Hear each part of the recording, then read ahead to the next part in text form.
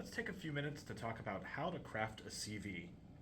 My name is John Panapinto, and I'm the Senior Associate Dean for Biomedical Education here in the Jacobs School of Medicine and Biomedical Sciences at the University of Buffalo.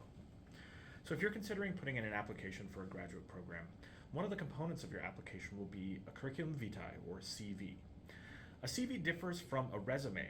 A resume is a way to present yourself in terms of sort of the position you're looking for and your career goals, whereas a curriculum vitae is really an academic document that summarizes your academic experience and any sort of accolades or awards and positions, publications, presentations that you have performed in that academic context.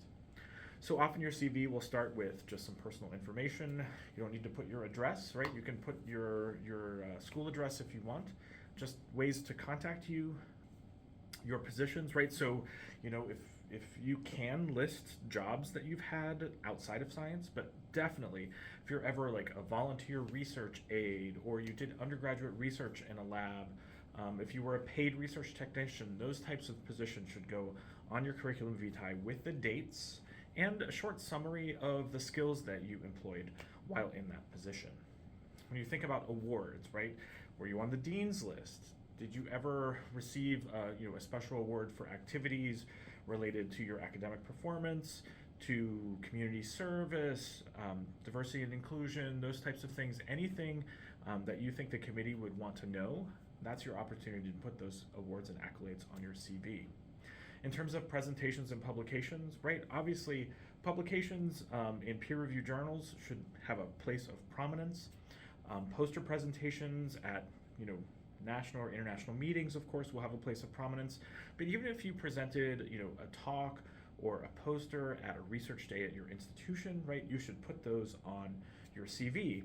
Let the admissions committee evaluate all of the things. I would say don't edit. Let the admissions committee look at all the things that you put on your CV as part of the evaluation. Right, and finally, often you can include the contacts for references, but of course you'll be providing reference letters with your application. I think it's important for all of these categories that you sort of explain your role. So the presentations and publications, obviously there'll be a list of authors, but for some of the other activities that you have performed, right? So what are the skills that you employed? What did you learn from those experiences? Names for supervisors might be helpful.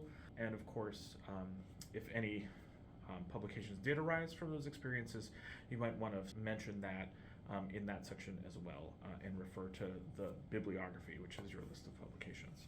Of course, if you're applying for a master's program, you might not have any of these types of things, but it's important to begin to put a CV together. For a PhD applicants, you should have a little bit more of a fleshed out CV, but of course, there are no absolute requirements for any of these categories. So I hope that helps in understanding the difference between a CV and a resume and gives you an idea of what admissions committees might be looking for.